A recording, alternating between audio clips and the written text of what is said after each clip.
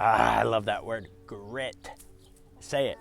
It just, for me, it just comes out of my mouth easy. Grit. Gritty. I want to I want to repeat gritty like that. I should probably wake up every single morning and repeat gritty. Gritty. Every day before I start my day. That's what I'm going to try to do. Yeah. Who comes to mind when you hear the word grit? Do you got just somebody who just jumps into your mind immediately? I got a coach from high school. I mean, the epitome of grit.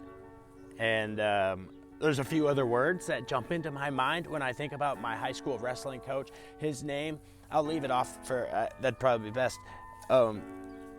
Great man, awesome guy. Sacrifice, I know is a word I would attribute to this man, this gritty. I read a great book most recently called Grit. A really good friend of mine recommended the book, and I'm glad he did because it had a lot of good insight as to what exactly grit is, and ways that you can measure it, ways that different ways that people can be gritty. You could be a librarian and still be gritty. You don't have to be a cage fighter. The book is great. I recommend you check it out. It's called Grit, and I think it's by Amanda Duckworth.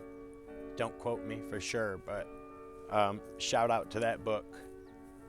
It got a little iffy at the end. I feel like it was too filled with stats to my liking, but nonetheless, it was a really, really great book. So, gritty. The book made me really dig deep into my own past, into what I hope to become, and it really made me think a lot deeper. So I don't want to I don't want to bash the book. I'll leave it on that note that it's a great book, and I recommend that you all read it. It just had too many stats for me.